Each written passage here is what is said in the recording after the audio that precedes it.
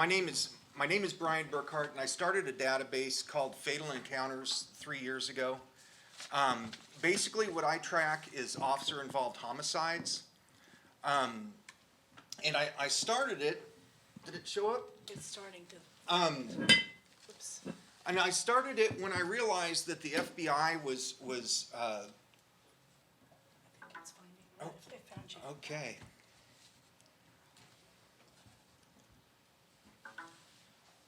I started it when I realized that the FBI was producing numbers that were generally quoted in the media about the number of justifiable homicides. I downloaded the FBI's data just on a curiosity, and I went to Florida because I have a certain bias against Florida, and I thought I would see a lot of of numbers, and it was just kind of accidental that I landed on Florida. But since Florida had never participated in this report for the FBI's UCR Uniform Crime Report, can everybody hear me? That there was a blank in Florida, so I knew immediately that Florida was not included in this data, which meant that all these numbers that had been announced in the largest media outlets in the country were wrong. And I didn't know how wrong they were at the time. The FBI in its justifiable homicides reports has averaged about 370 people killed by police. So I'll tell you a little bit about how my thing works. FatalEncounters.org collects information about all officer-involved deaths. And I'll get to how the media bias works from a journalistic standpoint. And so we collect this data.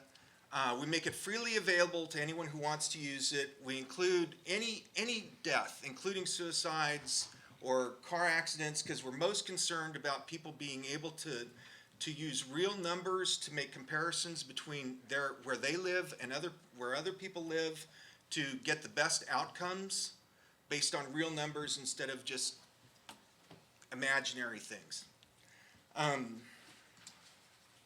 So we get our data primarily from paid researchers, mostly students, to be honest, but my main researchers, my two main ones are adults who basically volunteer for us.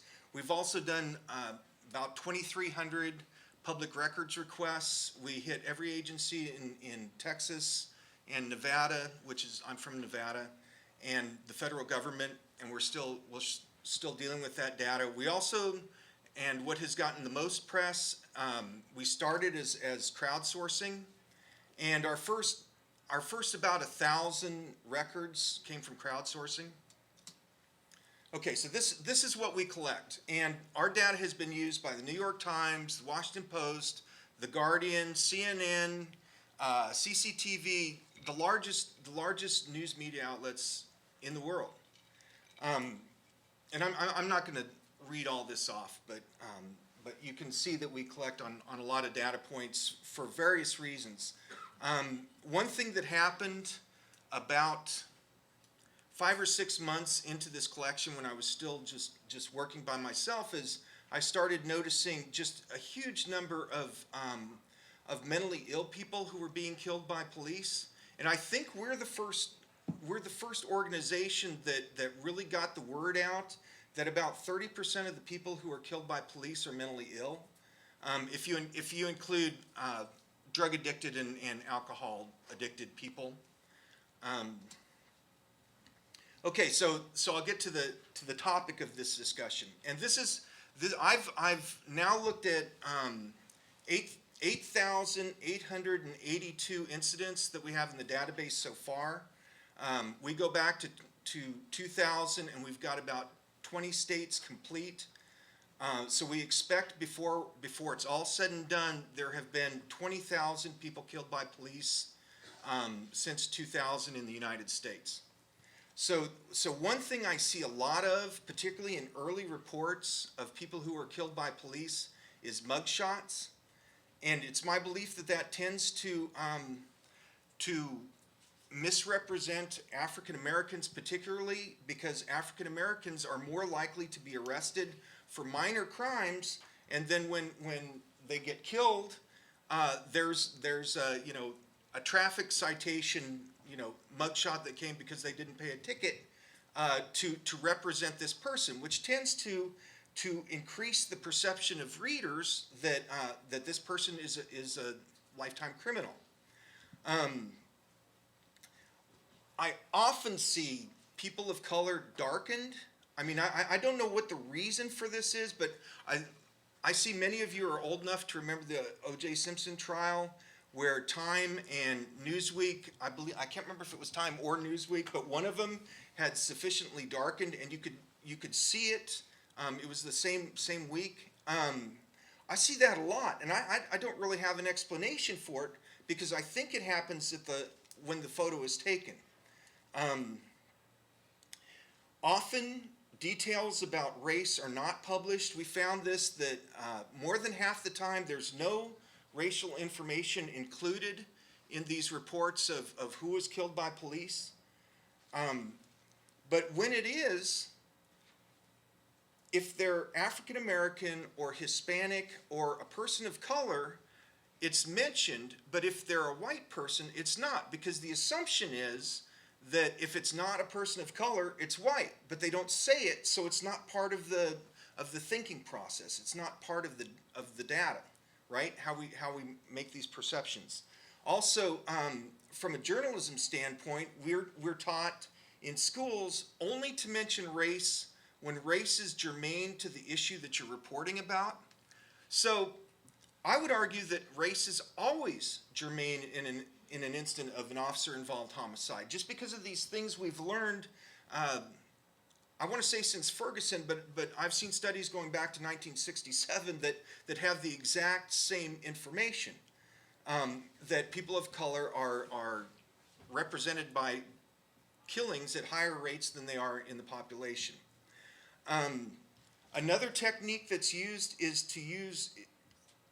to, and this tends more toward how the press tends to tell the police narrative as opposed to, sort of an objective narrative of what happened, is to smear the victim with past crimes that they may have committed.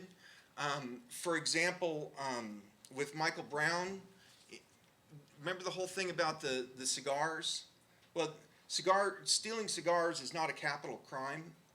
And yet it's used to indicate criminality on the part of the person that's killed, to make the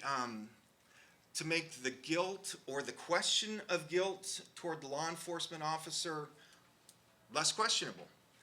I also see in this country there are certain cities, Philadelphia is one, where the police are not required to name the victim or name the officers who were killed. And that story goes away. If there's no hero and there's no victim, that story doesn't have any legs, right? I've also discovered every time that I've done research into a backstory of someone who was killed by police, there is a backstory, and yet we're presented as though these individuals who are killed are their whole life is represented by those minutes that surround the crime, and that's just generally not true. Brian, let me ask you this Sure. question since you mentioned that. Sure. What actually motivates journalists to do the right thing? And I asked that question just Wednesday before I got here. Young man in Arkansas who was a star football player for the high school, went off to college. He was killed in a car accident Wednesday morning. And so they reported his death, but upon conclusion of that, they mentioned, and he had a criminal record from such and such time. Had no correlation or bearing to the accident, so why was it reported? Well, so what motivates him to do the wrong thing, I think, would be the better question.